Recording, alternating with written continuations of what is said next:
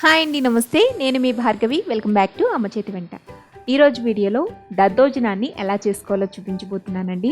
ఈ దద్దోజనం గుళ్ళో పెట్టే ప్రసాదంలా కమ్మగా నోట్లో వేస్తే అలా కరిగిపోయే విధంగా రావాలి అంటే పర్ఫెక్ట్ కొలతలు ఎలా తీసుకోవాలో ఈరోజు వీడియోలో పక్కాగా చూపిస్తున్నానండి.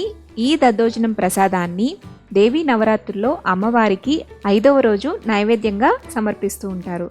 సో మరి లేట్ చేయకుండా ఈ కమ్మనైన దద్దోజనాన్ని ఎలా చేసుకోవాలో చూసేద్దాం. ఫస్ట్ నేను ఇక్కడ ఒక చిన్న కప్తో రైస్ తీసుకుని కుక్కర్లోకి యాడ్ చేస్తున్నానండి. నేను ఇక్కడ తక్కువ క్వాంటిటీలో దద్దోజనాన్ని ప్రిపేర్ చేస్తున్నానండి. జస్ట్ 2 మెంబర్స్కి సరిపోయే విధంగా చేస్తున్నాను అనమాట.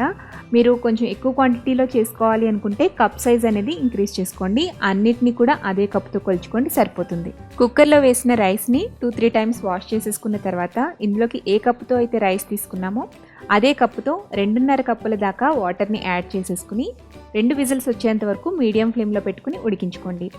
ఇలా రైస్ అనేది మెత్తగా ఉడికిపోయిన తర్వాత అన్నం వేడిగా ఉన్నప్పుడే ఒక గుంట గరిటెని తీసుకుని మెత్తగా మ్యాష్ చేసుకోండి.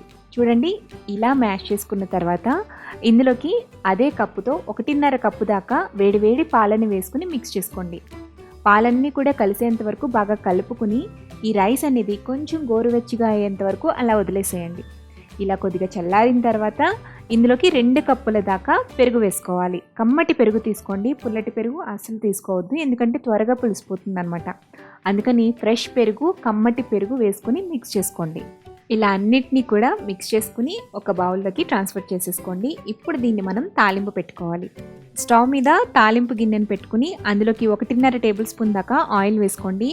ఆయిల్ హీట్ అయిన తర్వాత 1 టీ స్పూన్ దాకా పచ్చిశనగపప్పు, 1 టీ స్పూన్ మినపప్పు, 1 టీ స్పూన్ ఆవాలు, 1/2 టీ స్పూన్ దాకా జీలకర్ర, 1 టీ స్పూన్ దాకా మిరియాలు వేయండి. ఇవి కొంచెం వేగిన తర్వాత ఇందులోకి సన్నగా కట్ చేసి పెట్టుకున్న అల్లం తరుగు 1/2 టేబుల్ స్పూన్ దాకా వేసుకోండి. అలాగే కారానికి తగ్గట్టుగా 1 లేదా 2 పచ్చిమిర్చిని సన్నగా చీల్చుకుని యాడ్ చేసుకోండి. ఇందులోనే ఒక ఎండుమిర్చి అలాగే కొంచెం కరివేపాకు వేసి తాలింపు మొత్తాన్ని కూడా బాగా ఫ్రై చేసుకోండి. తాలింపు అంతా వేగిన తర్వాత చివరిగా స్టవ్ ఆఫ్ చేసేసుకుని ఇందులోకి కొంచెం ఇంగువని వేసేసి మిక్స్ చేసేసుకుని ఈ తాలింపుని దద్దోజనంలోకి ట్రాన్స్ఫర్ చేసేసుకుని రుచికి సరిపడా ఉప్పు వేసేసి మిక్స్ చేసేసుకుని సర్వ్ చేసేసుకోవటమే. ఇష్టమైన వాళ్ళు ఇందులోకి సన్నగా కట్ చేసి పెట్టుకున్న కొత్తిమీరని కూడా యాడ్ చేసుకుని మిక్స్ చేసుకోవచ్చు. సో అంతేనండి, చాలా సింపుల్గా కమ్మగా ఎంతో రుచిగా ఉండే దద్దోజనం రెడీ అయిపోయింది, అది కూడా టెంపుల్ స్టైల్లో. మరి ఈ దద్దోజనం రెసిపీని మీరు కూడా ఇంట్లో ట్రై చేసి అమ్మవారికి నైవేద్యంగా పెట్టండి.